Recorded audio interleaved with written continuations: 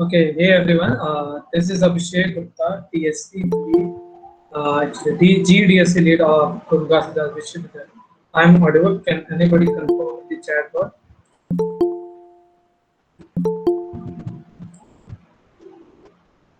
Okay. Really, thank you so much.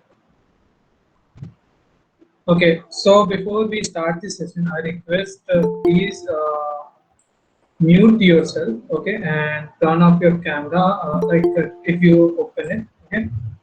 So it's my pleasure to extend a cheerful welcome to you all, and your presence us very happy. And I welcome Vaibhav Kumar Singh.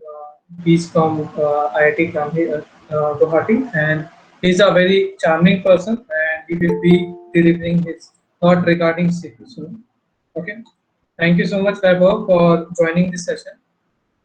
Okay, those who don't know about the DSC, formerly it is Developer Student Club, and now it is named as Google Developer Student Club, which is a program presented by Google Developer. So GDSCs are university-based community group for students. and students from all undergraduate or graduate programs with an interest in growing as a developer are welcome. So by joining DSC, students grow their knowledge to peer-to-peer environment and build solutions for the local business and their. Okay, I welcome you all, and from now, Pranav will start. Okay, Pranav, you can continue.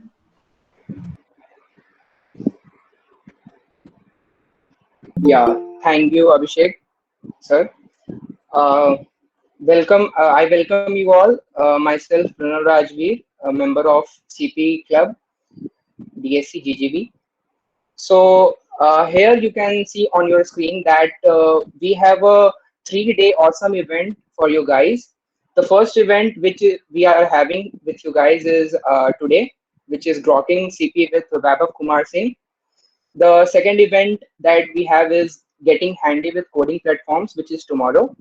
And the third event and final event which we will be having is Let's Code DSC GGB CP contest, so that whatever you learn from these events today and tomorrow, you can apply it on Friday and do your best in the contest. So moving forward to the session, uh, yeah. So a very hearty and great welcome to our great guest, Mr. Vaibhav Kumar Singh.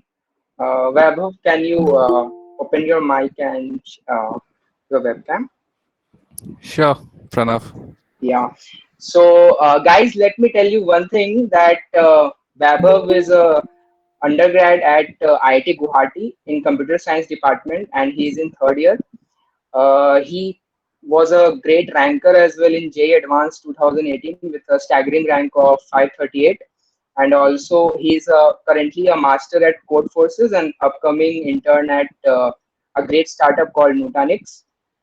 And we have arranged this session with you guys today so that you guys learn from him about something about competitive programming and how to get started with it as a beginner, and also if you are experienced with competitive programming to and so how to maintain that level that you can think to achieve.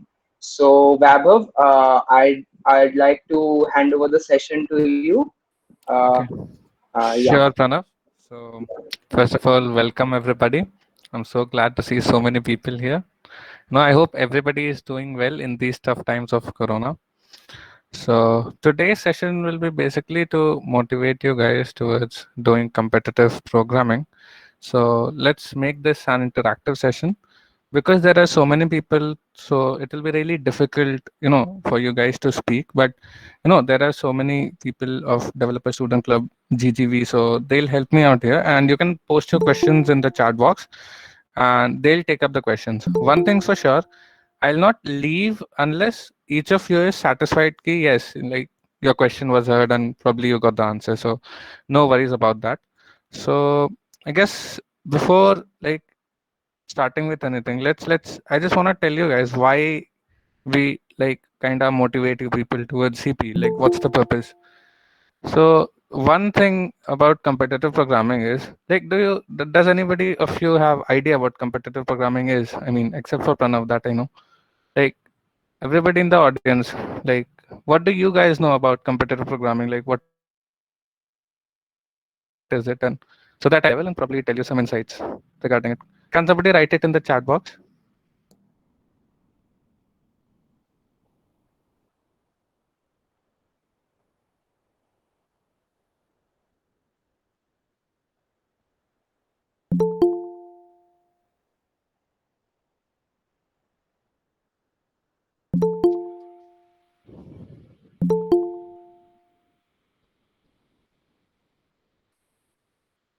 Okay, so I guess abhi tak I haven't received any answers. So I guess you guys might. Okay, this also just no problem, no problem. So just basically, it's a mind sport, as it is said to be. Basically, what you have is a problem, okay, and you apply your knowledge and whatever set of like data structures and algorithms you have in your armory to solve that as efficiently as possible. the word as efficiently is like really important, just because there are problems which can be done in a worse time constraint, but we try to do it as efficiently as we can, and that is what actually tests our logic, and what we can do with the given set of like data structures and algorithms. Okay, so I see many of you have this idea, CP is Olympic for coder. Yeah, Manan, exactly. So yeah, so one thing that's really important is the way you think. It's your aptitude, you know how your problem solving skills. So why I'm telling you this is, why people ask you to do CP, and why, just because there are like lots of like big tech companies who solely rely on like competitive programming just to judge a candidate of how good he is. So basically, I just want to throw some light on this as to why this is valid, because let me give you some insights, just because I'm almost a corporate person now. Like, I have almost entered my internship. So before that, I'm going to tell you something. When you actually join a company, so they don't expect you to know everything beforehand. Okay, what that company expects is you're smart enough to comprehend whatever they say, and you can grasp everything quickly. Okay, so basically what they expect from you is not like, let's suppose if you are a part of Facebook, so Facebook doesn't expect that you can build another Facebook alone. Okay, what it actually expects that you're smart enough to do whatever job is given to you, so that it tests basically our mental ability and problem solving skills. So the best way to do it is by a competitive programming question. So most of you would be familiar of like coding tests. So that is when the process of internship and placement takes place. So we are given some basically CP questions and we have to solve them. So that is the main motivation for most of the people. Some people are like motivated in a different way as well. They like CP very much, and they actually compete for like the so-called Olympics of competitive coding, ICPC, if you might know anybody of you. But anyway, so basically what I wanted to tell you was ki, why do CP? The answer is for your internships and placements. I had a talk with the coding club that you have the other day, and they told me that there are some people in your college as well. So what they actually, even they get really good placements like in Goldman Sachs and other companies. So what separates you and these people is kind of the amount of hard work and dedication that they put in. So, that is why this talk is being kept, just to motivate you guys towards the same thing.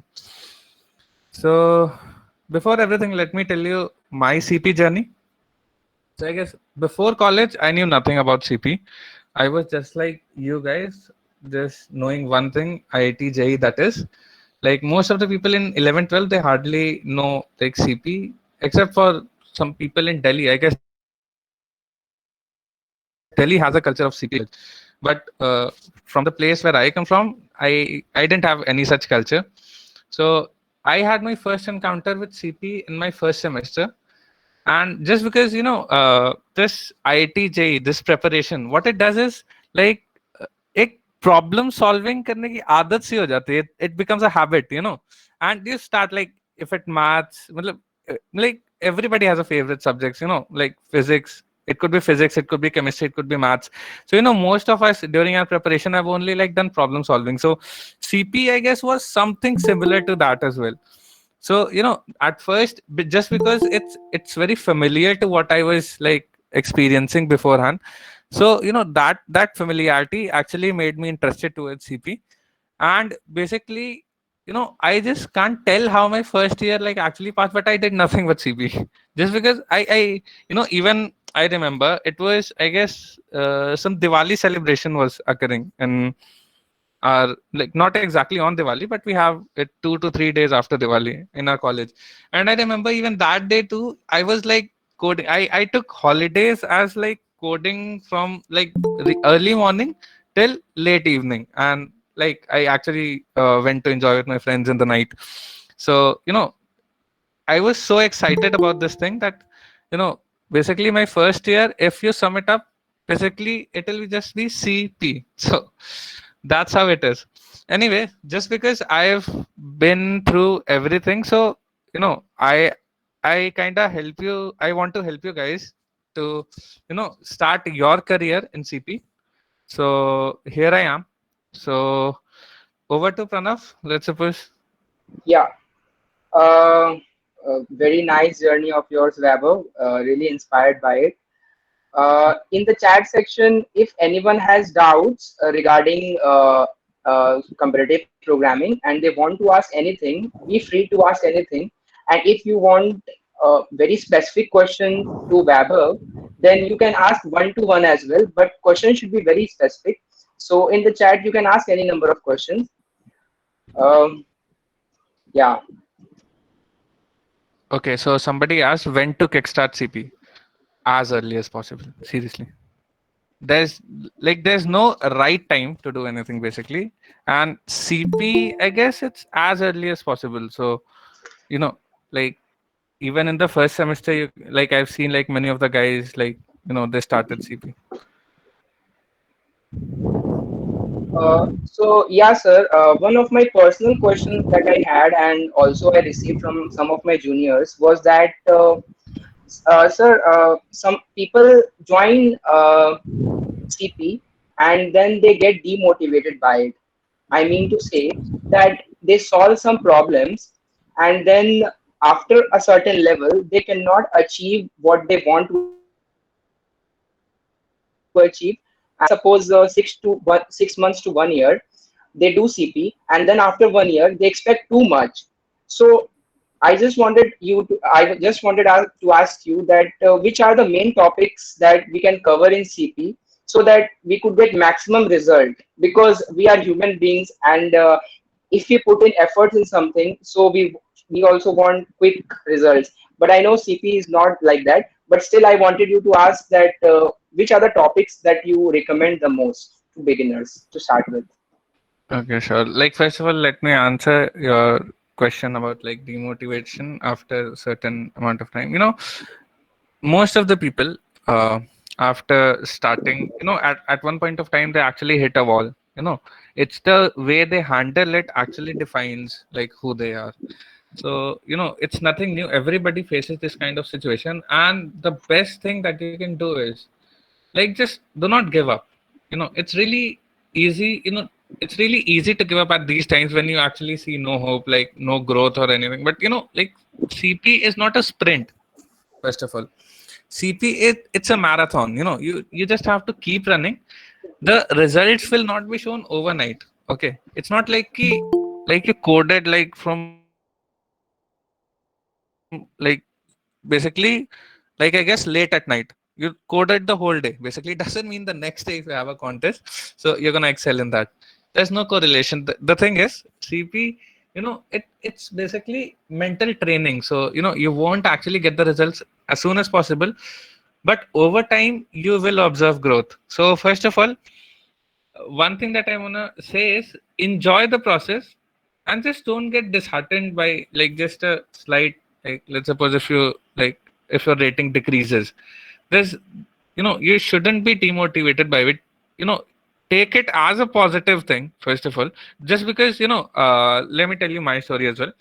So back in around second year, around October, okay, I felt the same thing. I felt like I just couldn't go around like over 1800 plus. Okay.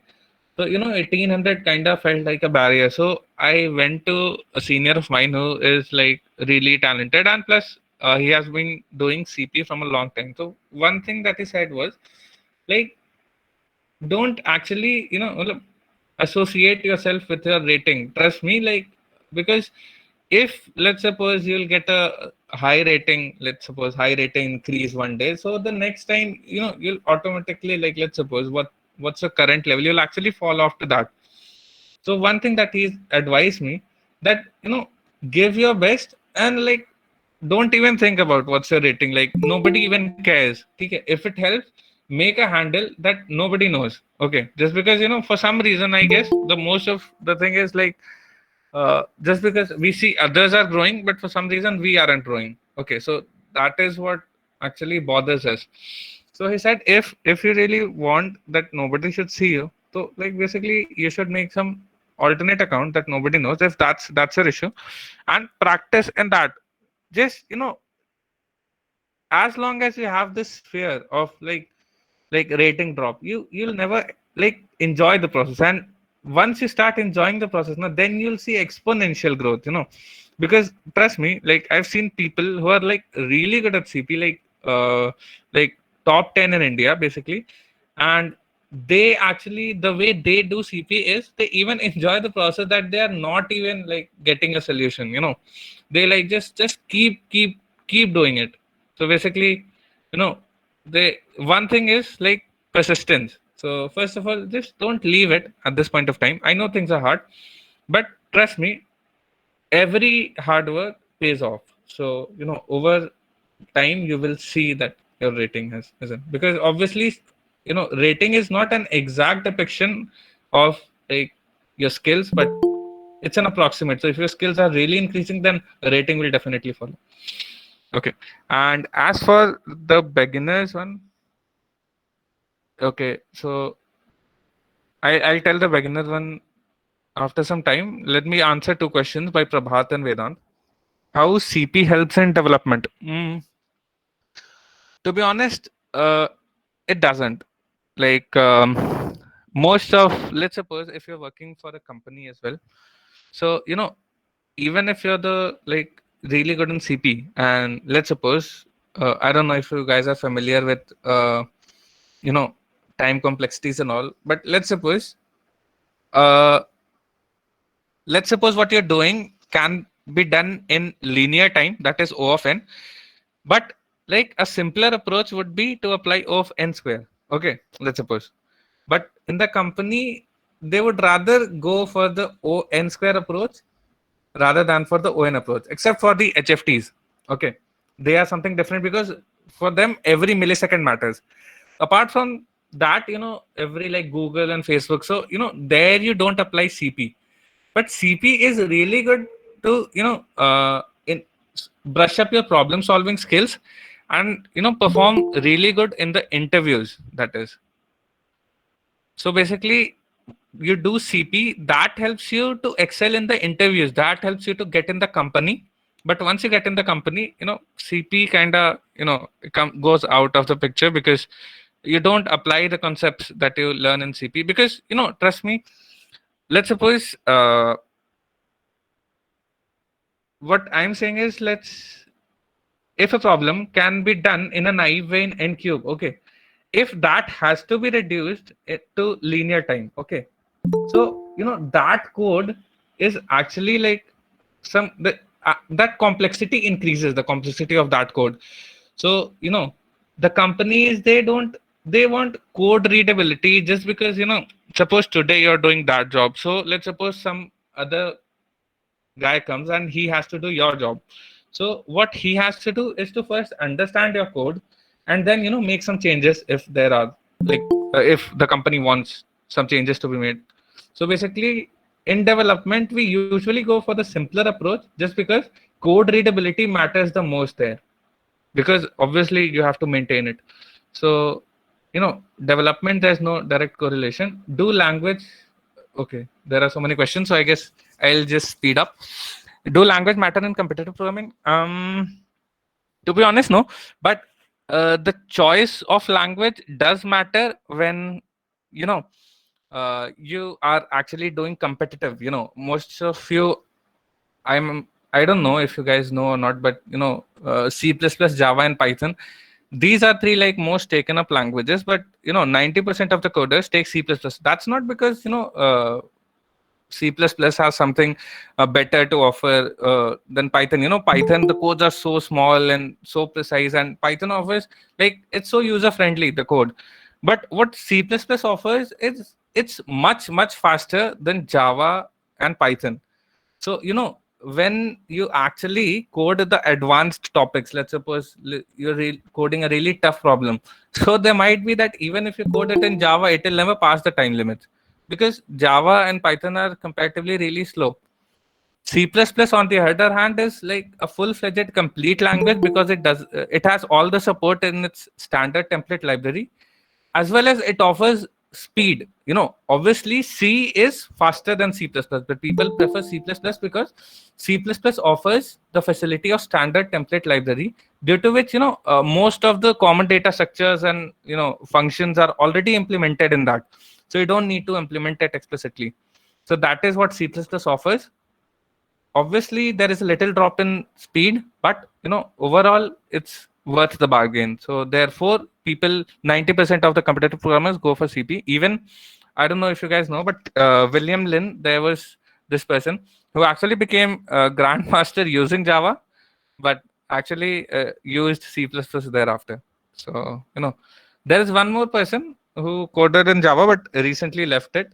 So I don't know if you guys have heard his name, but second thread is his YouTube. David Hermeyer is his name. So anyway, most of the people, let's suppose even if they start with Java or Python, after one point of time they actually leave it, just because it's just slow.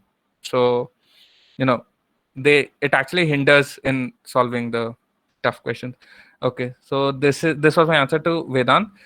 Is there only C and C++, or we can go with anyone? Um, Prashant, could you actually unmute yourself if he is there?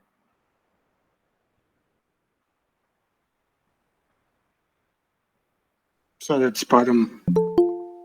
Acha, no. This is Prashant. I guess Prashant Yadav. Acha, Param, you have a question too. Okay, sorry. I was. Yeah, not a problem. Okay, so I guess he's not there. I couldn't understand his question. Is there only C and C++, or we can go with an? Anyway, if Prashant is here, could you actually unmute yourself so that I could understand your question? If not, I would move forward. You could ask it later on. Rajesh Gupta, hello sir. What kind of mistakes did you do during this, and what? Okay, so that is the thing. I'm here just to tell you what mistakes I made as a beginner and what you shouldn't. One mistake that I profoundly made was uh, you know, um, I read things which were not appropriate at my level. Let's suppose a guy is like, let's suppose 1600 or 1700 and is struggling to increase his rating. Okay. So the questions that he actually needs to practice is the questions at that level, so that actually he can solve them during the contest. Okay. But I read some like advanced algorithms which are like, obviously most of us, like at one point of time, if we have done CP, so we'll agree to this fact that we all are actually hinged to the fact that advanced algorithms, we are kind of fascinated by this. So I really read some things. I wouldn't say I wasted my time, but I could have utilized it in a better way. I read some advanced algorithm which didn't actually affect my rating, because let's suppose I wasn't actually solving the problem that I had in front of me. There were some types of problems that I couldn't do, but actually I was spending my time in reading something which was really advanced, but still won't help me solve those problems. So that is the reason that actually becoming master, it prolonged. So even though like I had much more information that actually masters possess, but that was to no use, because if I can't even get to that level that I can actually solve those questions, then it's no use. So that's one mistake, and I guess there will be others as well. So we'll discuss this as time progresses. Is there only CL per something? Any specific roadmap or the solution? I have actually made this is an answer to Srijani. So I have actually made a kind of doc. So whatever I felt would be the best way to do CP, to start your CP journey as a beginner. I actually have put it in there. So DSC GGV will like provide that to you. No issue with that. I guess we'll discuss it during this session as well. Okay. So okay, Param. Now you can unmute. Sure. Yeah, hello, Vaibhav. Good evening to you. Hello. Good evening, Param. How are you? I'm good. Thank you for asking. First of all, I want to congratulate you, your upcoming software engineer. It's a huge thing. Thank you. So, as your profession, aka software engineering, I mean, it's experiencing like a massive transformation nowadays, right? And coding is all about less of code and solve more of the problem. And with AI and augmented reality, I wanted to ask this question like personally. So how are you thinking like how to stand out as a software engineer in this 2021 and in the upcoming years? Your question is pertaining to the role of a software engineer, right? Yeah. Like, is it compared with AI or something other? Like, I couldn't understand what. No. It's basically about software engineering. I mean, I used AI because it's like a lot of articles are saying AI is like the next thing, and software engineering is slowly wearing out and all. Like, what's like the point of view for you? Actually, I don't feel the same way. Software engineering is one thing that won't wear out just because, first of all, the world that we live in is a world made by software developers. AI is definitely useful. Okay, for Okay. sure. I can't actually say no to the potential it offers, but there are many things like which will stay the same, I would say, rather. So I don't see a direct decline. Maybe after 50 years or so, like we'll actually see some decline. But for the next 50 years, like software development roles, they're gonna flourish just because almost everything. Even like, have you heard about cloud? Just because Yeah, you'll be doing my I've heard about cloud, and I'm actually kind of interested in it yeah. So basically, even that's done by software engineers. So completely. Yeah, because I'll be doing my internship in that. So, but ooh, I sweet. would yeah. So it's based on cloud. So I guess definitely AI has its perks, but AI won't rule out software engineers. First of all, that's a myth. I don't know Yeah, where you read it, but I really I feel that. mean, yeah, that's true actually. Yeah. So trust me, like at least Yeah, people because of as our a age, we shouldn't worry because by the time something like this happens, we'll be long gone. So don't worry. This yeah, field will actually flourish in the future. yeah, thank you. I just wanted to get a perspective of a software engineer about this. No Thank you problem. so much for answering. No problem. Happy to help. You're an aspiring software engineer, or you'll actually go to AI and ML something. No, like I'm from IP, industrial and production engineering, but as a side thing, I research about all this stuff and all. Okay, that's good. Having interest. Yeah, Yeah. thank you so Anyway, it much. was good All the having best a to you. conversation with you. Yeah, it was a pleasure. Yeah, my pleasure. Thank Okay. you, Vaibhav. Yeah, Vaibhav, Yeah. uh, just a quick question I wanted to ask to you on behalf of my audience. Mm-hmm.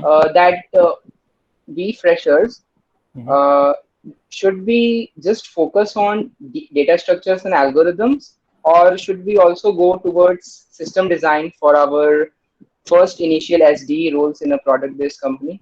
What's your opinion about that? Actually, the thing that you're doing, like CP, it's a journey. Okay. But if you'll start it, you'll actually have to practice for around, like, let's suppose we have our internships test at the starting of the third year. So I guess for 2 years, most of the people do CP. And what you're talking about system design, that can be done in 1 week. So like, just know that it doesn't take too much of effort to do system design or any other stuff.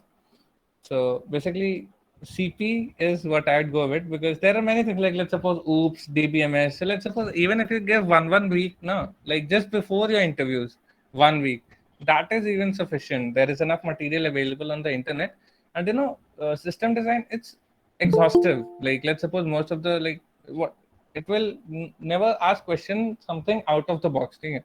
If you have done like similar questions on system design, so it will never be something that you've never faced. But CP, it's like it has infinite potential to offer. Like, you might be the best best coder in your college, and still you might get a question in an interview which will give you no clue how to solve it. So obviously CP is something that you should be doing more. Okay, Param is done. CP is like threshold to get in company. Yeah, definitely, Ravi Prakash. I agree with you. Utsav, wait, please. Okay, on how many coding should we practice CP? I would rather say 2 to 3 is more than enough. Just because, if it's solely about practice, I guess you can stick to one. But when it comes to contests, so you don't have to become religious to one side. You can actually, my recommendations would be Codeforces, CodeShift, and AdCoder. So if you're actually regularly giving contests on these 3 websites, so it's more than enough practice that you're actually gaining from it. And when it comes to absolving, so absolving simply means the questions which you weren't able to do in during the contest, you actually do it after the contest. So that is like really a crucial part in because in your growth. Because let's suppose if you can't do something out of the contest, so definitely you can't do that inside the contest. So one thing that you guys need to do after every contest, I would recommend that absolve at least one question. Okay, so definitely that is basically getting to know the questions that you can't do and basically doing them. So basically this is gradually increasing the skill set. Okay. So this was my answer to that. Should we participate in contests from every CP? 3 is enough, as I said. CodeChef, Codeforces, and AdCoder. So these 3 have quality contests. So these 3 are yeah, Kishan, 2 to 3 are enough. Is doing CP enough for me, or will can also done learning development? Or actually, it's not like CP is enough, kinda, just because even for when I was sitting for my internships, so I had to give my CV. So my seniors recommended that I should be like, if there are 4 projects in your CV, it looks good. Okay, and make them as diverse as you can. Let's suppose one is web development, one is, let's suppose, Android development, one is game development, and one is like, let's suppose, web scraping, something like that. Okay, web scraping or something to do with APIs and all. So definitely you need to show some projects on your CV, because if there are like 0 or 1 projects in your CV, that's a red flag. Okay, so definitely the recruiter has something that's less impressive about you, so why give them a chance? To be honest, in the interview it doesn't matter how much of development that you did. He won't ask questions related to development. He could actually ask related to the project that you made, definitely, but not questions related to development. Like, let's suppose in the interview he asks how to solve the CP problem, he won't ask how to solve this development problem. Okay, and even if it does, it will mostly be pertaining to your project. So definitely we all have to do some development, but mostly CP is enough. Acha, Prashant, are you actually here now? Yes, sir, I am. Good evening, sir. Okay, good evening, Prashant. How are you? Fine, sir. I couldn't understand your question, so could you actually rephrase it for me? So that I was saying that it is there only 2 or 3 languages particularly we can code or we can practice of more about in CP. That is C or C++, C Sharp. There are 2 or 3 languages which are popular. But I suppose, sir, there are many languages in this world that is better on something else. So for what we should go in CP? actually, I'm saying if you take my opinion, C++ is what I've been sticking with, and most of the people stick with. And trust me, you don't need expertise in every language for CP. One good language, if you have expertise in that, that's more than enough. Because no contest asks you code in 2 different languages. Code the language that you're comfortable in. So if you code in C++, let's suppose that's what you're comfortable in, nobody will ever object. So And sir, one question more. yeah. In game development, we are saying that today the game is reaching the highest. So I'm asking that which language is better to game? As there are Actually, 2 or 3 languages for gaming. the one I made was in C Sharp, Unity, but there are some games which are made in Unity, was it Counter Strike or something, Battlefield. There are some games, but the games nowadays, I guess, use a different kind of engine. If you really want to go into game development, I guess I might not be the perfect person to answer, just because I've only made one project, that too in C Sharp. So, but still, if you wanna go, maybe you can actually see like the current trends that there are in the gaming community, like what most games are made on. Is it on Unreal Engine, or maybe there are different engines on which games are made, but most of them use some sort of language, obviously, at the back end. So Yes, sir. okay, Okay, sir. Thank you. okay, thank you, Prashant. C++ is enough for placement in best companies. Yes, Mohammed Shamim, it is enough, because no company will ever say like don't code in C++. But yeah, definitely, one thing can happen. You should know some basics of, I guess, Python, because if the company is interested in Python, he might actually ask you something related to Python. How do you do this in Python? But he cannot specifically ask you that solve this question in Python. Okay. So you might have some small knowledge about other languages as well, but C++ is enough. Lead code, hard questions versus code forces, DNA questions. Which one is best to practice? Actually, I've been doing both lead code and code forces. Um, Obviously, if talking from the perspective of interviews and placements, lead code is more relevant because it contains the questions that have actually been asked in interviews before or are relevant to that. Code forces contests, on the other hand, are actually made by people like us. Matlab, you every time see who is the contest maker. He mostly is a person who practices CP. But still, I would say code forces is D and E if you do it from the perspective of increasing your rating. They would be fine. Lead code mostly limited to interviews, but when it comes to interviews, interview bit and lead code are the places to go to, not code forces. If you once again get back to your college, then what are the things you will do to improve yourself? I'll do more CP. Kishan, actually, one thing that I really felt like I got kind of demotivated and like took a break for some time. I really feel like I should have done more CP. I'm actually a very CP religious person, so I guess I would have done more CP and the right way, just because things when you face certain issues, and afterwards, after some time, you actually know how to tackle them. But at that point of time when you were going through that, so you never had the answer. Now when I have, so I guess I will do it, and in a better way. So yeah. Then what other thing will you do to improve yourself? Maybe I guess I would practice more, and apart from practicing more, maybe just let me think. Vaibhav, Huh? yeah. So I had a personal question to you as well. So we are studying in a Tier 3 college, and we have more opportunities off campus in product-based companies like Amazon, Microsoft, and Google.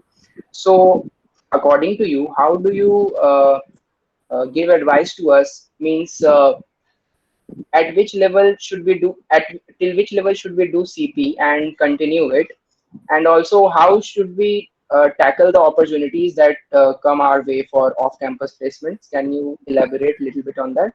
Okay, sure, no problem about that. Listen, one thing that's a fact is, you know, like companies, inside the company, there's this kind of a mentality that, there might be like, in their hiring process, one or two really good students, they might like actually not be hired. That is okay. But from a company perspective, what they actually focus on is no bad student should be hired. Okay. So I'm telling you why, like basically companies are more inclined towards tier one, tier two colleges, basically, because there they feel like IIT, JEE, and other kind of engineering exams have already tested the quality of students. So they'll actually get some good quality students from tier 1 and 2 colleges. So therefore, they go there just because they really don't want to hire some bad. So if you are in a tier 3 college, so definitely I would say there is some difference between the position that you are in and the position that a guy in tier 1 is. Okay. But one thing, since like most of you would have known, like even people from your campus, your own campus, they get such good placements. Okay. So one thing that I'm saying is no company is religious about any institute. Okay. They're not religious about IIT. They're not religious. The only thing that they care about is the quality of the student. Okay. So basically, one thing that IIT does for me is like it actually puts a front. IIT means quality, this kind of front. So one thing that you have to do is represent yourself. So if you're really good programmer, let's suppose, I guess there was one programmer, Jeel Vaishnav from Nirma University. I don't know if you've heard. Even he wasn't from tier 1 college, not IIT, definitely not an IT. So he was from Nirma University, but still he was so good at coding, that nobody would have like doubted that he'd get really good placements and all. So trust me, one thing that you can do is stand out. If you like the condition that you are in is not the best, but definitely if you stand out, that there's no point, then the company would not take you. So work hard. First of all, know the position that you're in, work hard accordingly, and trust me, there's nothing that can stop you once you've made up your mind. So I said it because don't be in such a kind of delusion. Okay. But definitely, yeah, if somebody is in tier 1, तो उसने like पहले से मेहनत की होगी थोड़ी, ठीक है, तब जाके वहां पर पहुंचा है, तो उसका बेनिफिट उसे अब मिल रहा है. तो अभी लेट्स सपोज तुम लोग को बस ये करना है कि तुम लोग को अभी वो मेहनत करनी है, ठीक है, अभी थोड़ी और ज्यादा मेहनत करोगे एंड ट्रस्ट मी, हो जाता है यार. और तुम्हारे पास तो लाइक एग्जांपल्स भी हैं, like you have people who have got really good placements in Goldman सैक्स is like as good as like it comes, no. So if somebody from your college can, you can. So there's no point doubting yourself. Hard work करो, motivated रहो, कोई कोई फर्क नहीं पड़ता, seriously company में लगेगी ही लगेगी. And SD roles, we have abundance of that. So trust me, you and trust me, one thing I know, that some people in tier 3, they are even better than some students in tier 1. Okay. So because we have some sort of reservation as well. Okay. There are, but there are some people who don't get benefit of that reservation and end up in tier 2 or tier 3. So trust me, every person in tier 1 or tier 2 is not better than you. You are something. You just need to work hard and polish yourself, go through the right channel, and trust me, you'll end up in a like high-tech firm. You won't even complain like the company you will end up in. So don't worry. And once you start a corporate career, trust me, it doesn't even matter which college were you from. Then though you actually jump from company to company, from job to job. So don't worry. Just be motivated, work hard. Trust me, it will happen. Okay. So, okay, Mananjana. What is the hardest programming language? Hardest? Hardest, I don't know, yeah. I mean, but which one is good for CP is C++. I would actually recommend C++. How to get started in CP? I'm just a beginner. We'll talk about that. We have things planned about it. Like I have a whole doc I just made specifically for you guys, so that even the people who didn't attend this session could actually refer to that doc and get benefit from it. So don't worry. We have things planned. Maybe I'll go through it during the session once, and I've already provided the link to DSC GGV, so they'll forward it to you guys. Don't worry. Okay. So please give short description of your projects. Okay. First was basically Django based web development project. Okay. Another was, I guess, it was based on Node.js and MongoDB. Okay, that was another web development project, but had a very different tech stack. hence I put it in my project list. The third project was Android development. We had actually built an Android app, and the fourth was based on APIs. So uh, how you actually communicate with, like, let's suppose API is a way of, like, let's suppose accessing the database. So the fourth was based on APIs. So these are my four projects. I don't want to do CP, so how much should I learn? Okay, no problem, Shubham. If you do as much as, let's suppose, mm, you should be comfortable with the questions that are in interview bit. Every question that is an interview bit, if you're comfortable, if you have attained a level that, like, let's suppose any question similar to that level comes, so trust me, like, you don't need to do more CP than that. That much CP is enough. Like, completing interview bit, like, being okay with it. What should we learn before going to CP? No, there's no prerequisites to CP. You learn as a code. The only thing is, you should know a programming language for sure. Before obviously attempting a question, you should know how to code. So the first step is definitely learning how to code. I mean, choosing basically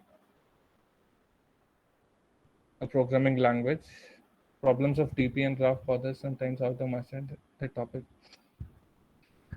Okay, so DP is one of the what I guess it is the single most vast topic that exists in this entire competitive programming field. You know, anything that you can think of can actually be combined with DP to create a problem. So problems of DP is the only thing that you can do is solve as many problems of DP just so that you kind of get the hang of it. DP is just a technique, okay? And trust me, if anybody teaches you DP, it can be done in, like, let's suppose 15 minutes to half an hour. It's as simple as that. What actually, you don't have to learn, like, basically DP. You have to learn how to crack questions. So basically that doesn't involve DP. That involves some set of observations and some approaches and some different kind of things. So basically that you learn by problem solving. DP in itself has like very less theory, I guess, even lesser theory than greedy. But DP is so vast because it kind of pairs up with everything there is. So that makes it really hard. And problems of graph, um Kunal. Kunal, are you there? Kunal Raj? I guess he's not there. But anyway, this would have been better if he would have been here. But no problem. If the problem, Kunal, unmute yourself. Kunal.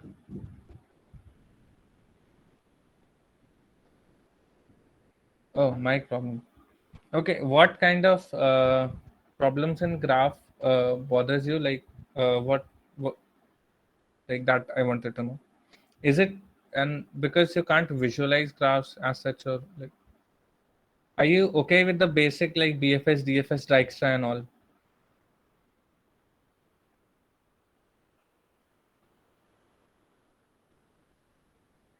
Kunal, if there is yes, sir, basic. Okay, so basic are good. So okay, so Kunal, practice is the key. Just because I guess I understand that you are having problems with graphs, but one thing that I would recommend is practice as much imagination problem. Yeah, definitely. Graphs aren't such abstract things as such. We can't like imagine them. But one thing that you'll learn, as you solve more and more problems is, you'll kind of have that intuition. You'll kind of imagine automatically, like, first try it on pen and paper, but as you solve more and more questions, you'll start visualizing them. So at my stage, I can definitely visualize graphs for sure. So that is not a problem in my case. So I would say solving more and more problems pertaining to this topic will actually help you in visualization. Don't worry, it's not that easy graph, so everybody hits this level, so you just have to push through it. So I guess practice more problems related to that. Okay, and can you tell me some important like linked list and which you focus on getting placement? I would say linked list doesn't have as such so much of theory. Neither the stacks, queues.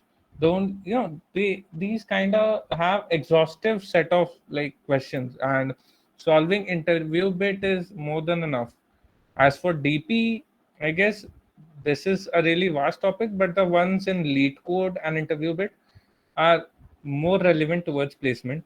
Definitely the ones asked in ICPC World Finals are also of DP, but you won't be asked the same question in interviews and placement. So don't worry about that. I guess interview bit and lead code is enough. So in which year you got your first internship?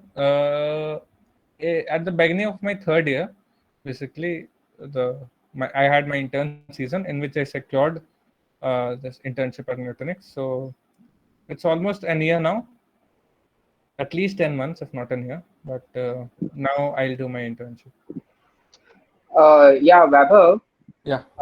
I think you can share your screen and I mean to say the doc that you have. Yeah, no problem. I'll share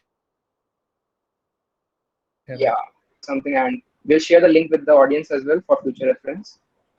Yeah, sure.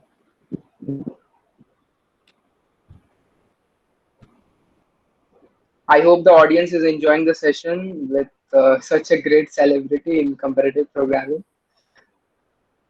Guys, enjoying the session? Yeah. Pranav, Yeah. is my screen visible? Yeah, visible, completely. Okay, guys. So this is what I basically made for you.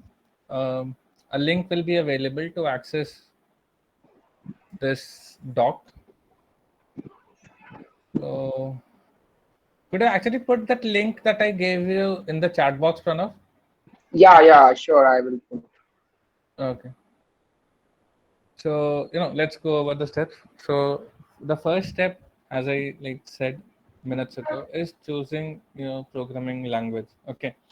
So I kind of had a talk with your coding club. So they said that you guys do have a course on C language in your first year. So that is good because an introductory course to C at least explains you the basics of how C works. So C++ is basically the extended version of C. What works in C will work in C++ is kind of true. So now the next is my recommendation, though you can choose C++ or Java or Python. Almost 90% of the programmers use C++ for coding because it is one of the fastest programming languages and fastest among the three mentioned above. So that is true. Like C++, like if you're coding in that, you never have to bother about the programming language will never handicap you because it is slow itself. So if you apply the right algorithm, it will always pass the time limit. So that's one thing.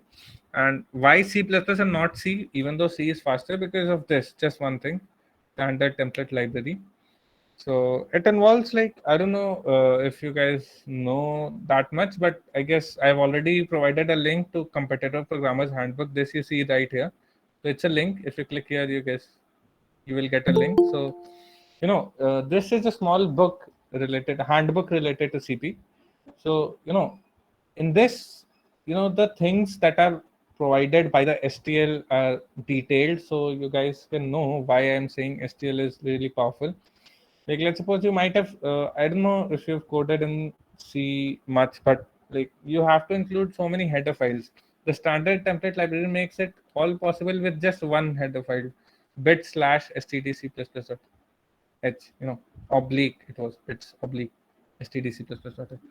Anyway, apart from that, it has implementation of stack, queue, priority queue, and set, multi-set, and whatnot.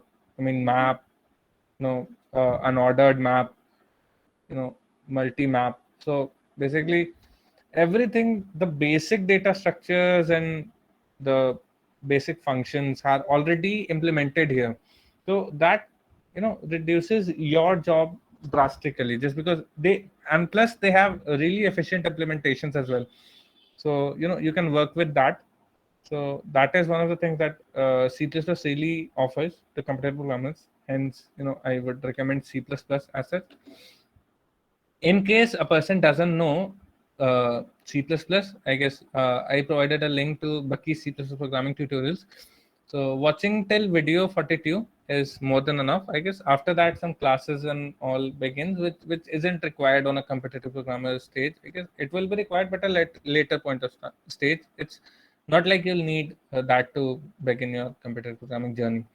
Okay, so moving ahead, basically, if you want to learn more about STL and some basic data structure and computer programming, I have actually given the link to this, and this is really good. Like you guys should give it a read. Okay, and apart from that, I have linked like this page, Geeks for Geeks. That's basically the fundamental algorithms. It's not all the algorithms, but basically the fundamental algorithms that are used in coding. So like just before actually coding, like I want to give you guys like that feel about uh, language, like what's a programming language. So I guess this part is enough. After that, like basically you have to set up an ID, okay, on a local coding machine.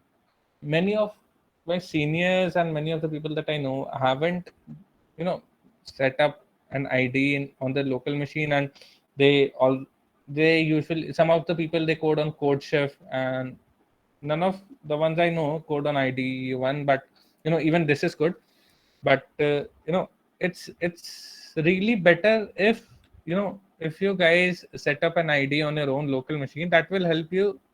Like let's suppose there is any network issue, so you can still code, just because obviously it's on a local machine. Okay, as for the what the ID should be, I recommend, like I personally use code blocks, but my other peers are more inclined towards Visual Studio Code. I guess I started with code blocks and I never felt the need to change, therefore I'm still with code blocks.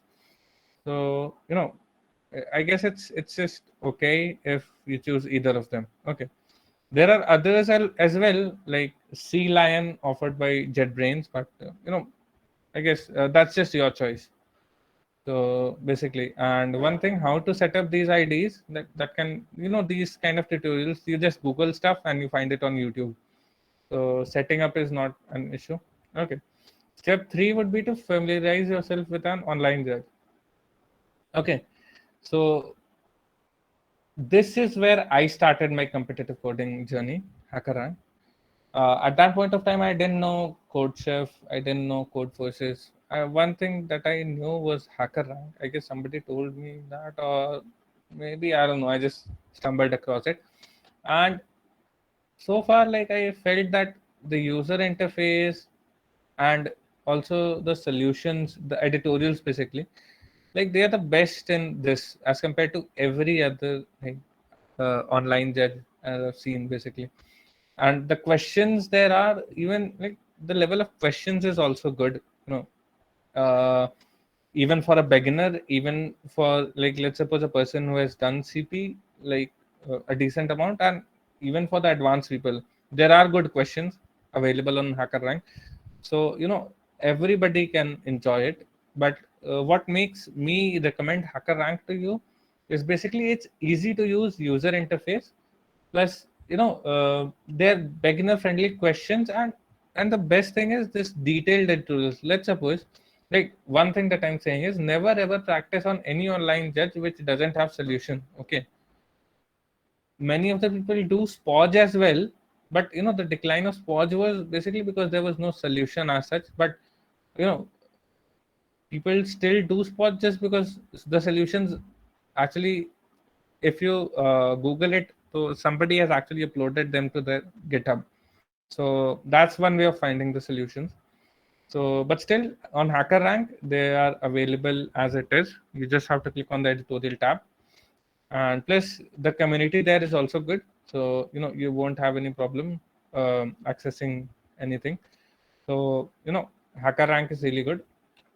One thing that I said was, even after like practicing decent amount of time, I guess TLE there's no issue like with TLE and all, but let's suppose I'll tell it later on. But basically, what I'm recommending here is to study the theory of time complexity. Let's suppose you're given a problem. Okay, so let's suppose you think of a solution. Okay, it has a certain time complexity, and basically you code that just to find that you're getting a time limit exceeded verdict. Okay, so that's actually the best waste of time that you can ever do. So basically, one thing to avoid is like I like just ask to read this time complexity theory and how like what is the number of operations that can be like completed under the given time limit. The standard time limit is 2 seconds. So if you know that what is the number of operations that can be completed and what is the number of operations of the algorithm that I am actually going to code. Okay, so you can like tell na beforehand that your algorithm, even if like it runs, like I don't know about like will it produce an output or not, first of all, within the given time. Okay, so that makes you rule out certain naive algorithms. Okay, so that helps. Also, like this is one of the most common questions I've seen. Like everybody asks this, कितना बड़ा array बना सकते हैं, you know? So like one thing that I like, because I've actually heard this question around like at least 13 to 14 times, I guess. So everybody asks me the same question and I give the same answer to everyone. If you know the size of an integer and if you know how much of memory is like, let's suppose what is the memory limit, okay? So like obviously by standard division you can actually tell now what is the number of integers you can actually declare, and that would be the size of the array, kinda something like that. So like one thing that you should know is the size of the data types, okay?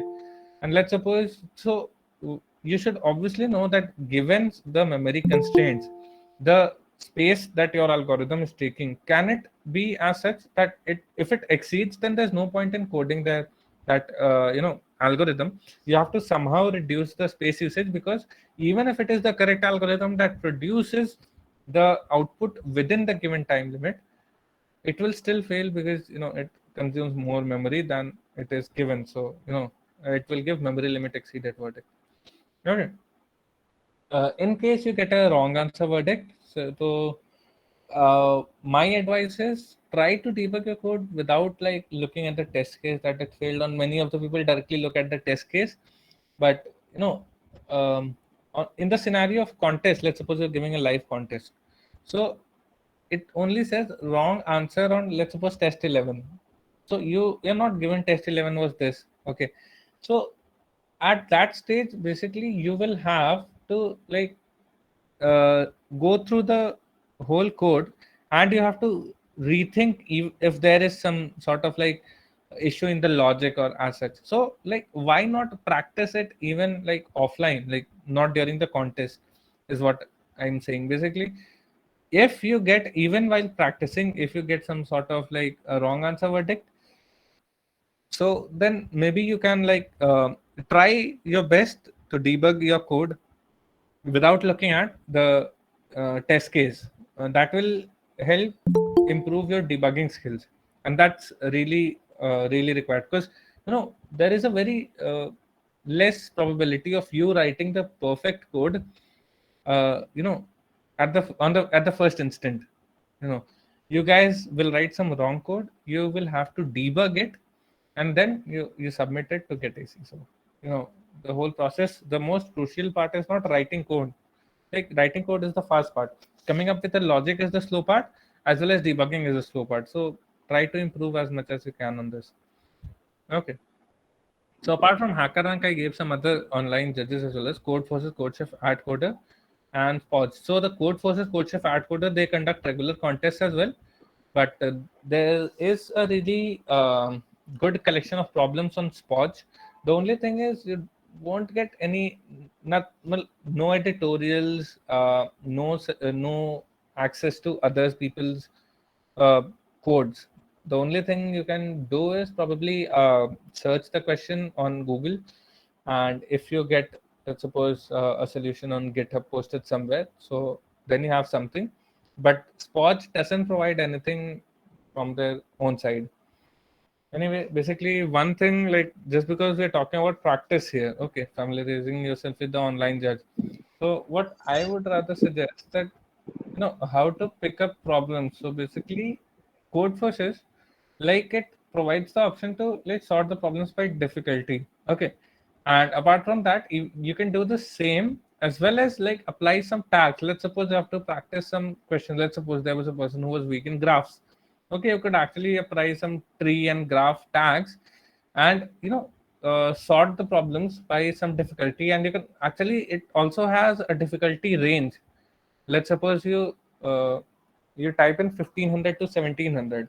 So all the questions that are in this range and belong to graphs and trees, like this tag will be shown. So there is a really good filtering thing that is provided in Codeforces. So why not make use of that? Okay, so Vaibhav, sorry to interrupt. okay. Just a quick question I wanted to ask. Actually, I was using A to J ladders as well to solve the questions. So, is it useful for me to practice questions from there? Because it has I become would static rather, in the few. It has become static in the few months. So I yeah. was just wondering. Yeah, Yeah. it was discontinued, I guess, on New Year's, as far as I remember. But not this New Year's, I guess the previous New Year's, right? But anyway, that's not the thing here. But A2OJ, I found like, it was definitely a collection of good problems, but most of them were like kind of old problems. Okay. There are some new problems as well. They are actually like really good, but A2OJ didn't actually have them in its. So many people did A2OJ as such, but I guess it wasn't bad for sure. I won't say it was bad.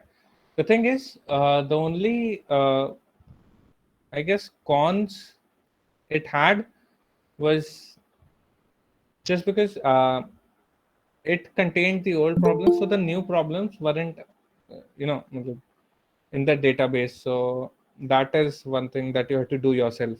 So I actually did not do A2OJ much. I stuck with what contests and like recent contests and everything, the recent trends, and like there were so many contests going on now that I didn't even have time to do A2OJ. Like let's suppose there are like so many of sites which host so many of contests. So even if I try absolving the contest, that takes most of my time. So, but A2OJ is good as well. I won't say that you made a wrong choice. Okay.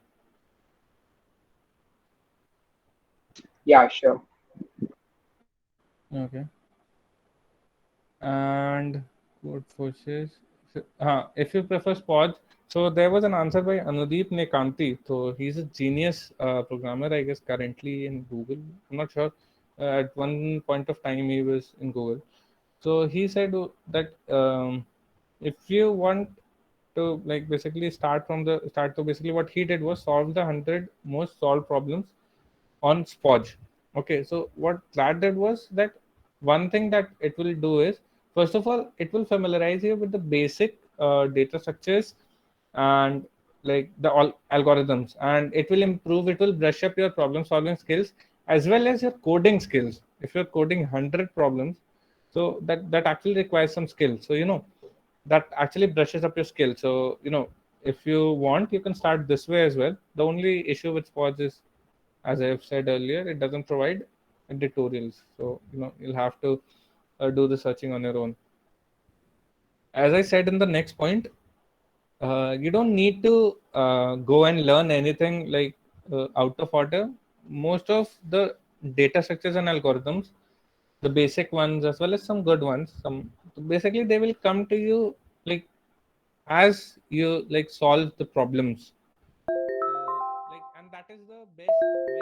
Like let's suppose if I ask you to study, let's suppose square root tree. Okay, you studied square root tree, you didn't apply it, then there was no issue. Like basically, though no issue if you like didn't even actually bother and study it. You understand? What I'm saying is, given that now you need this, now you need this data structure, now you need this algorithm, go study that, try to implement that on your own, and then like solve this question. So that going through this process of like reading like everything about this data structure or algorithm, and trying to that actually solves a purpose, which is solving this problem. And this is the best way to learn things, just because as soon as you learn them, you're applying them somewhere. So basically you'll always remember like why you actually read these things and their application and other stuff. Okay. Okay, so this is what I said. If you cannot solve a problem even after trying for a while, look at the tutorial. You might discover some new concepts there. Okay, so it's like, in case you've been trying the question for a while and you can't solve it, so sometimes you should look at the rules. There might be something that you don't even know, and that's the limiting factor. That is why you can't actually solve that question. So you know looking at the tutorial is not bad something, but anyway, if you look at the tutorial and find that you had everything in your armory that was needed to like solve this particular question, then I guess that's a bad sign. So no, but anyway, it's good that you should actually try to avoid the second kind of scenario. But I guess over time things will be fine. Like there will be lesser and lesser like such occurrences. Okay, so competitive programming, like CP algorithms, I have mentioned the site. So the name of the site is competitive programming algorithms. So this is like a very good resource. This website is for learning new concepts. The articles about every concept, they are like so good, like explained like really well as given the implementation. Some of us, like most of the computer programmers, even pick their implementations from this own site. The site is really good. It is an English version of Emacs dot algo, which is actually a Russian site. So they kind of like the people, they converted the articles from Russian to English as well as implemented stuff. So that is basically for the English readers. So, and this one thing, this even but works a little bit or lead code. So I would rather say, is, let's suppose you came across something, some new kind of concept today. Okay, and it's not that easy to see. I mean, it's kind of rare. So basically, let's suppose today you did it. After 15 days, you'll forget it. So to cope up with that, what I would suggest is write it down on like a piece of notebook, or like basically a piece of paper on a notebook. Like maintain a notebook in which you write these kind of things, and like read that notebook like once every week. I guess it won't take much time. So the concepts, whatever you came across, the good concepts, that will be revised, and you'll not forget things. So this kind of practice is also like applicable, or it's highly recommended actually for interviews, for when you're doing interview bit and lead code. So for that, it's very crucial to maintain such kind of notebook, because there you just can't like face a situation where in an interview you're asked a question and you're like, ये तो किया था कहीं पे, लेकिन अब इसका solution याद नहीं है. So basically, whatever techniques you come across, maintain a notebook. Okay. Step 4, basically, if you've done practice and like everything, like if you're comfortable coding, so like try giving contests.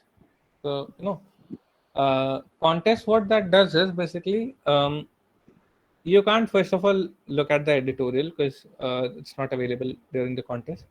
So you have to solve a question with limited resources that you have, and plus there is a time barrier. So that actually tests your real skills. It's not the like offline thing that actually checks, but the real contest. So as for like beginners, I would suggest Div 3 contests on Code Forces. Div 3 contest, CodeChef recently introduced Division 3 as well. And it wasn't there earlier, but it's a new introduction, as well as AdCoder. It has been conducting ABCs for a while. ABC means AdCoder Beginner Contest. So they are good. So these are three kind of contests that are good. One thing that I would like suggest is like you know in your friend circle, like kind of find some people who are actually interested in the same thing, like giving contests. So like person, like let's suppose who gives contest, so it's very easy to slack off. But let's suppose you're a group of 5 people. So let's suppose 4 of them are actually giving a contest. So if you're even like not willing, then also like they ही देते हैं यार. समझ रहे? So basically this kind of thing, like you motivate others, others motivate you. So this like community growth actually happens faster than like individual growth, because you know if there is some other guy who's actually giving the contest, then even you get some sort of motivation that even you should give it. Okay.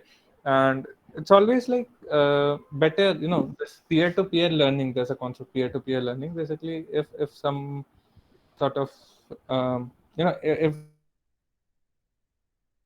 there's a friend of yours who actually knows the things, and basically he tells you, then the same thing becomes easy, even if rather than reading an article on the same thing. So most of us are used to that kind of stuff. Like person, like if he knows that thing, he will be able to explain it in a better way, because most of like the way he understands and the way you understand mostly align. So this peer-to-peer learning as well, kind of helps. And this sense of competition that you get completing. Yeah, Vaibhav, Yeah. just a quick question I wanted to ask.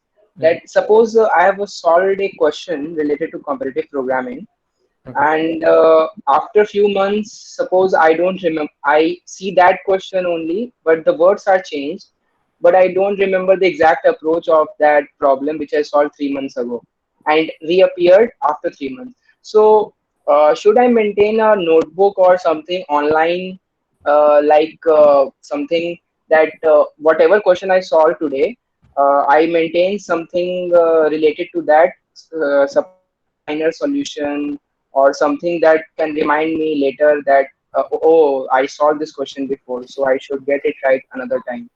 What do you recommend about that? Because memory can be lost. Yeah, definitely.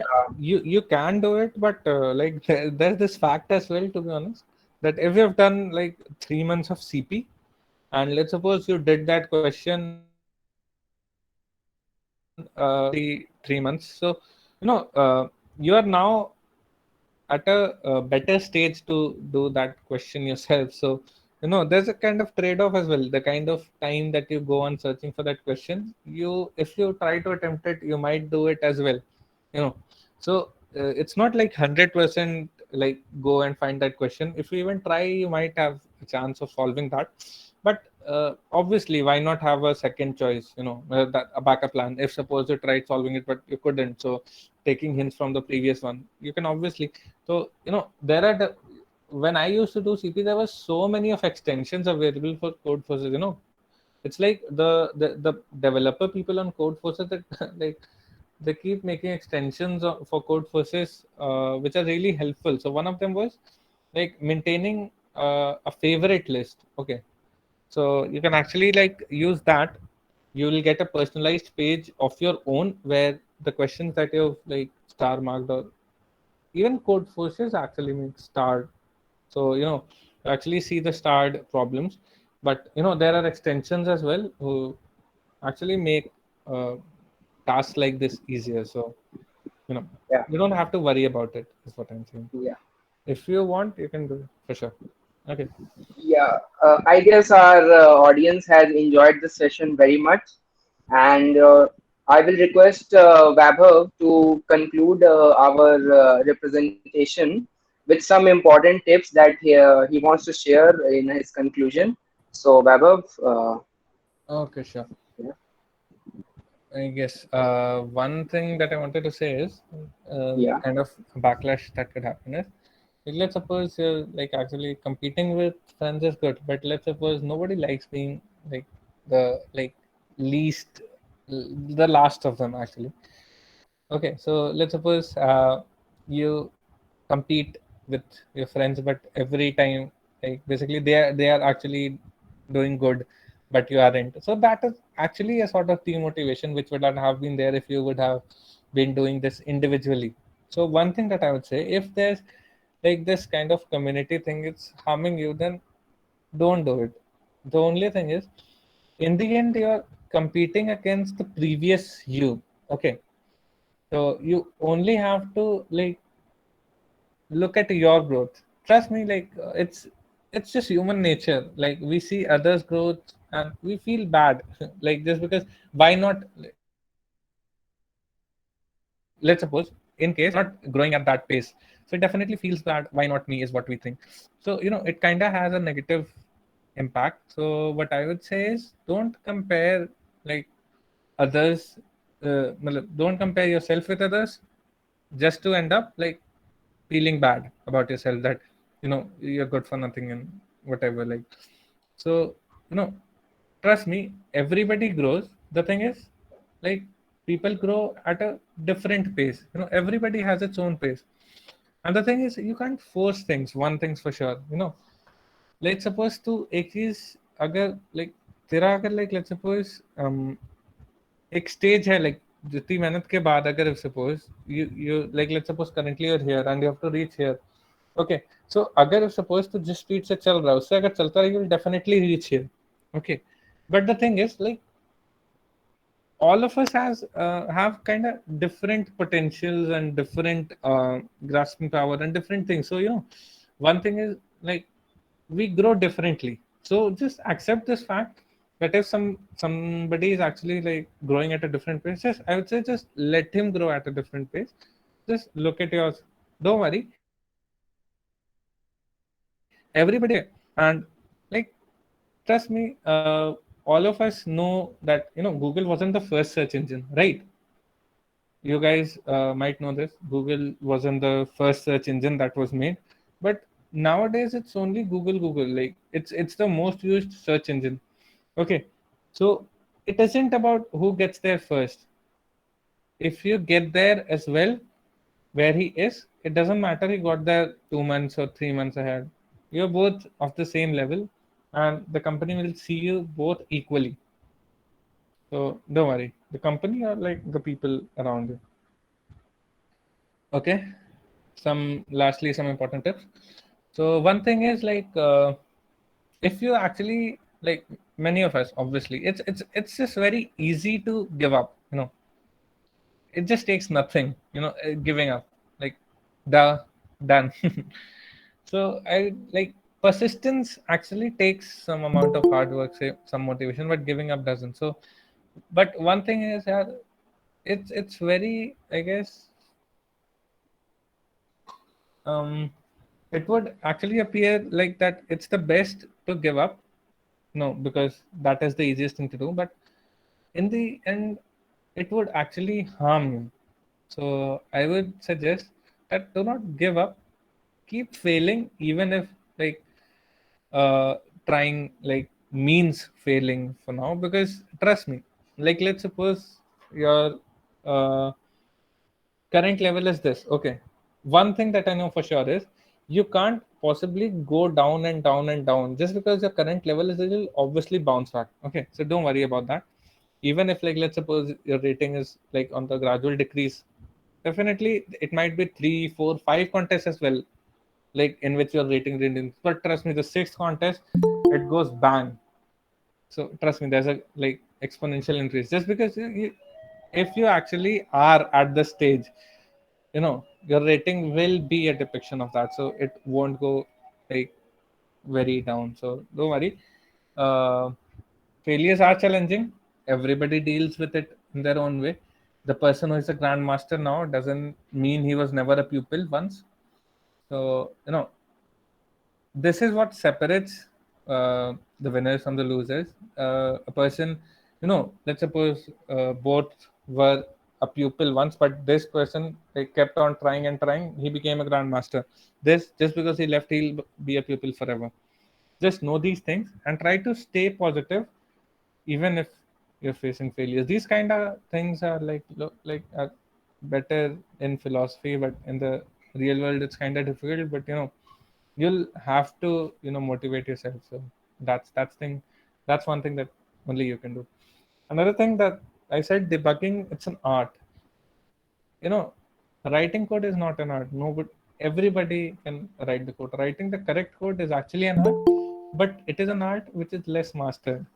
Even what do you think, Gennady Korotkevich, the number one coder that we have. He doesn't make mistakes. Come on, even he ends up debugging his solutions for quite long. If I don't know if you have seen any of the lockout matches that he has, but there are some live streams in which like he actually kind of starts like debugging in code. Like he actually writes the code in 5 minutes, and 20 minutes he's debugging his code. Debugging is what actually separates like AC and WA. AC is accepted and WA is wrong also. So practice for it from the very beginning. Whenever you see that your code is getting wrong, so never ask others to debug it. Trust me, like you're actually missing on a chance to improve yourself. So always debug your own code instead of asking others to do it. This will enable you to tackle situations in which your code contains an error and you have to remove that to solve that problem. It's kind of a practice that you do. Okay, so this I've already said. Basically, I'll just read it out because I've already discussed it in the meeting. Don't try to read too many algorithms. Learning advanced algorithms which aren't relevant at your current level isn't going to help you much. Know your current level and practice accordingly. Your knowledge will gradually grow as your rating grows. And the things that you were actually planning to study like beforehand, eventually there will come a stage when you actually need to study, and at that stage it would be more fruitful to study now. Okay, you don't need to study everything in the beginning is what I'd say. Never ever study everything in the beginning. That solves no purpose.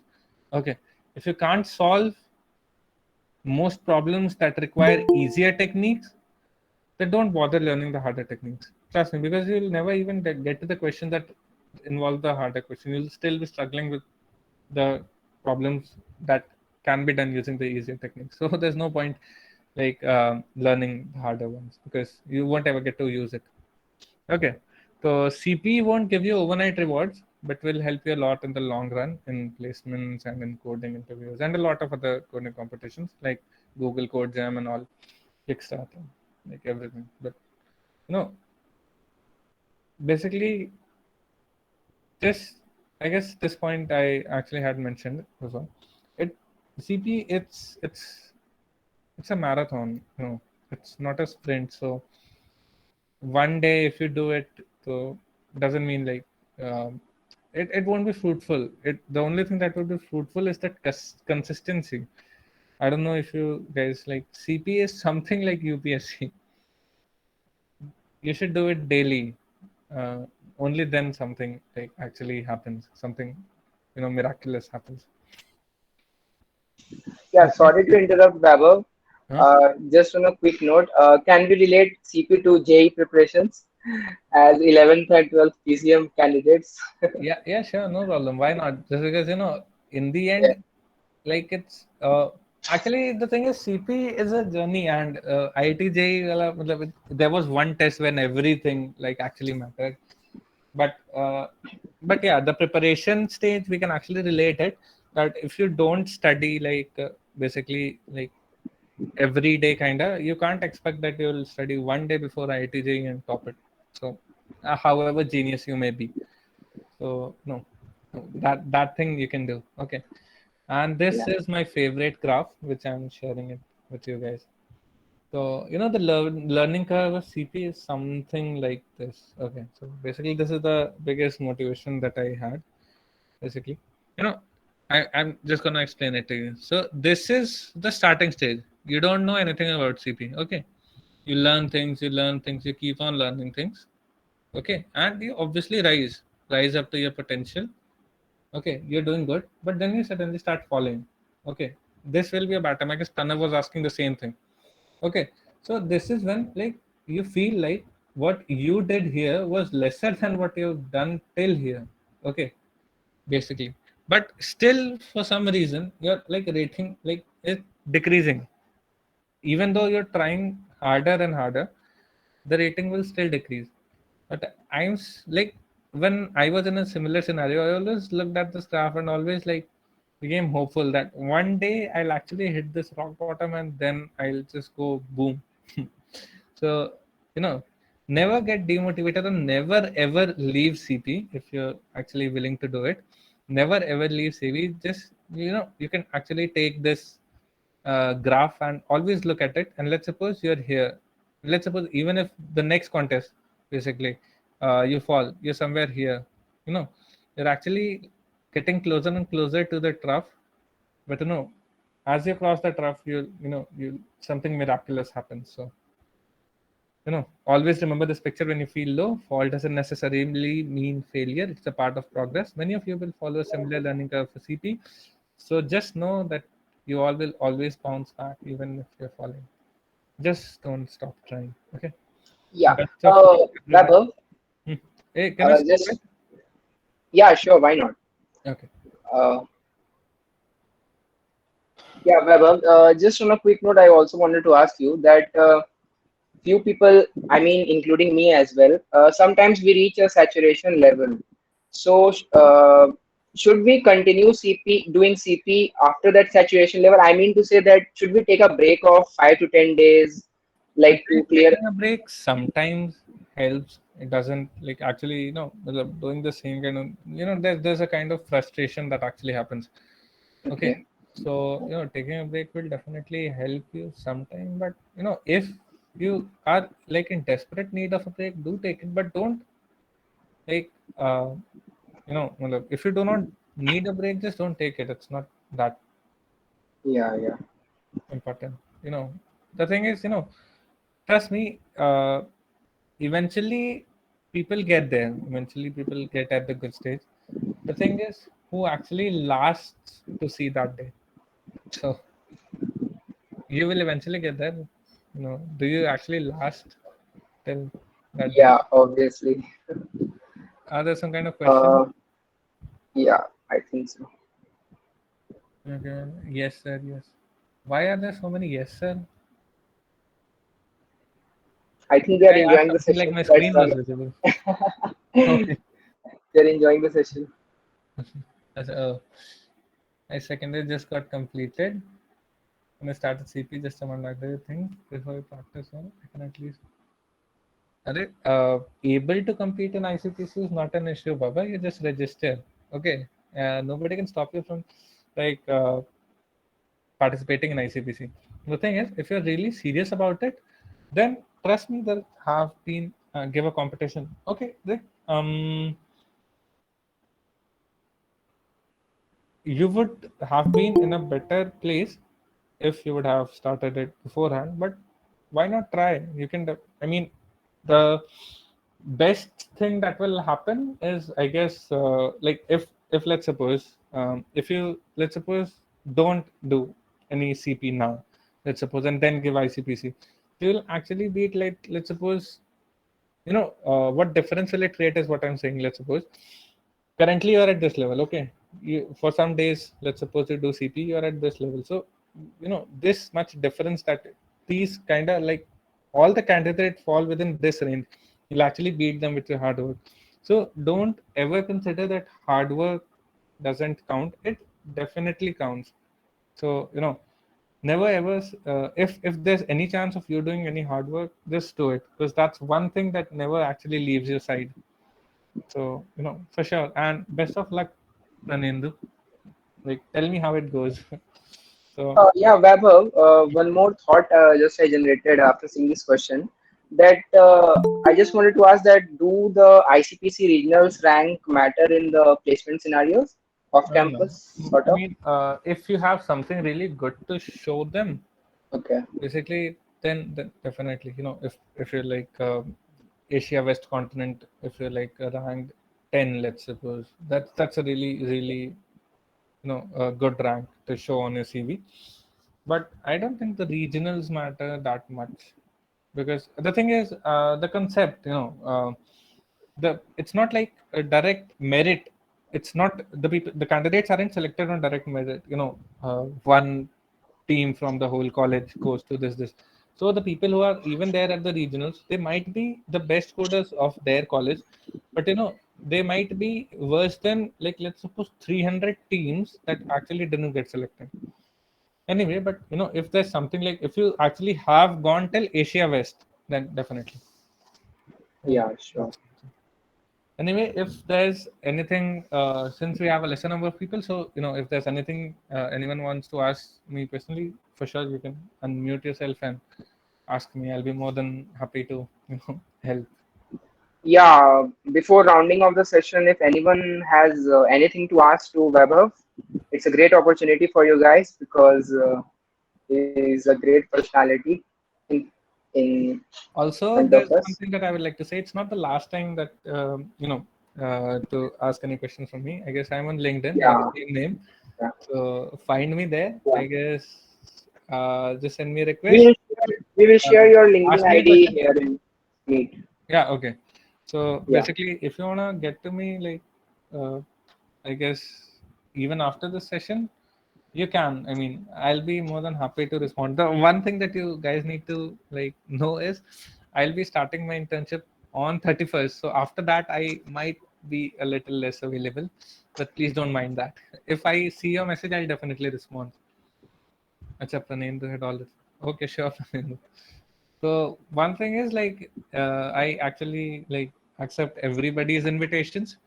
So if anybody of you needs help, so I'll mo- I'll be more than happy to offer help from my side, as long as it's legal, ethical. Sorry, I mean contest मत दिलवा देना भाई मेरे से. Is maths most important for CP?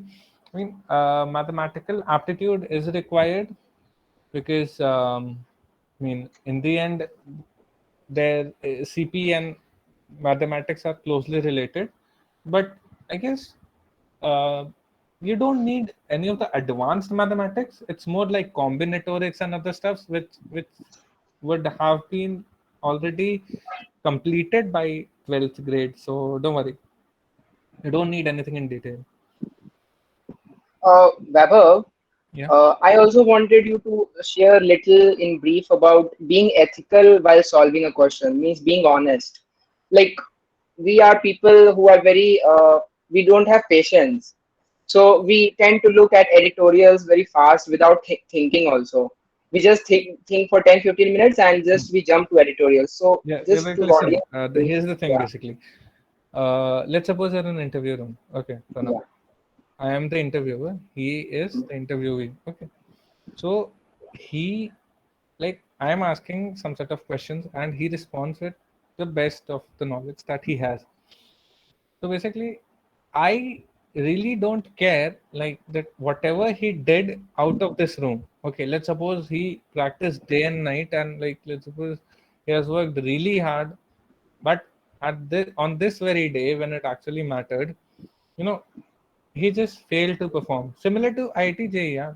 It's like you might be the most hardworking guy for like when it comes to PCM, but you know on just that day when you had to show like how much you know, you just couldn't. So it in the end it all feels like it goes to vain. So what I'm saying is, just so that something similar doesn't happen, do it ethically.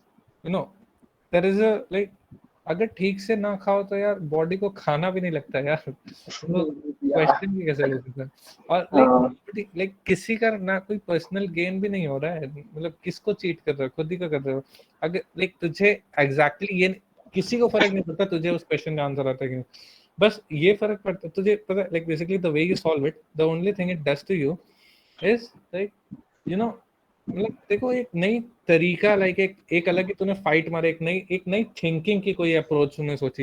And that is the biggest like thing that you can get out of just one question. तेरे को एक approach खुद से like अगर approach करनी आ गई ना चीजें, देन ट्रस्ट मी बडी, मतलब that is the real gain out of one question. एक क्वेश्चन जो फ्री में उधर पड़ा हुआ है लाइक लेजिट कोई पूरी दुनिया को ऐसे कोई फर्क नहीं पड़ता तुमने वो किया है नहीं.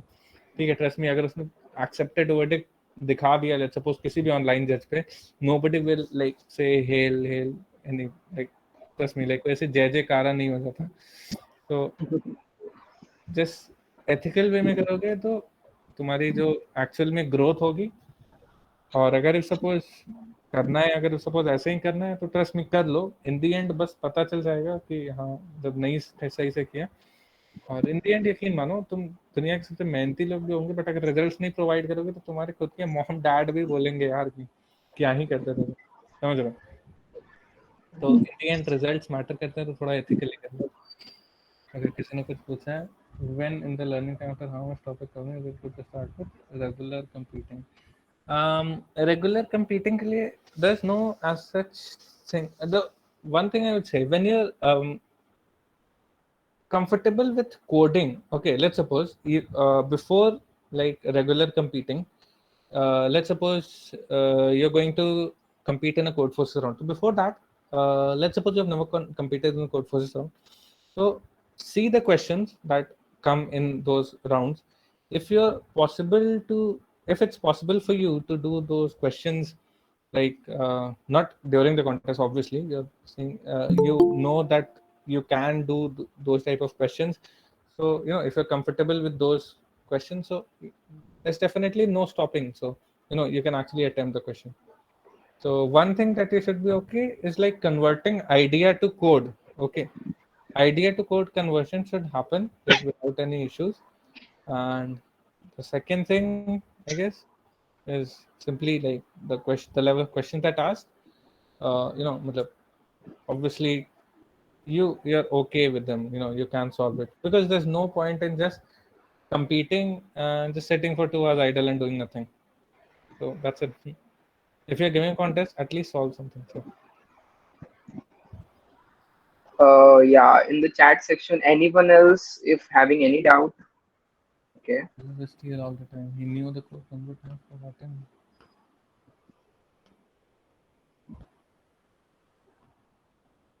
Actually, in interviews, we use sorting. Like we are like even in the coding round as well. If we use the sort function, like nobody objects to that. The thing is, if the interviewer asks implement, let's suppose quick sort, no, not quick sort, bubble sort. Let's ask a like easier question. Let's suppose the interviewer asks that implement bubble sort, okay, or selection sort. Then if you don't know, so that's something that you've missed on. Definitely some sort of penalty to lagegi, I guess, but it's not like coding. If you're doing some sort of coding, so definitely you can use a sort function. They don't expect that you'd actually write the function. But yeah, if you're like given C language, then God bless you. So, no. So Vaibhav. Yeah. Okay. He's asking something else over. In case किसी और को कुछ पूछना है तो पूछ लो. Okay, मतलब interview से पहले वी नीड टू ब्रश. हाँ, definitely that's what people do बाबा. ऐसे पूरे टाइम इन सबको नहीं रखे रहते. इंटरव्यू के पहले बस कुछ चीजें जो पूछे जाते हैं ना, वो लाइक इवन तो रट के भी चले जाओ, कोई फर्क नहीं पड़ता है. ऑल दैट मैटर्स इज तुम्हें उस इंटरव्यू रूम में आया या नहीं आया. उसके पहले वाले दिन आता था, उसके पहले वाले दिन आता था, नहीं फर्क पड़ता. उस दिन आया उस रूम में या नहीं, दैट्स व्हाट मैटर्स. ओके, ठीक है. कुछ और किसी को पूछना है तो पूछ लेना, तो फिर लिंक्डइन पे रीच कर लेना. We might wrap up. Yeah. So really good co-host, bro. No. Vaibhav, yeah. Best to you, sir. भाई ये तो कोडिंग क्लब वाला है ना. अब तो भाई अपना टाइम. हाँ भाई, वीडियो दिखा दो.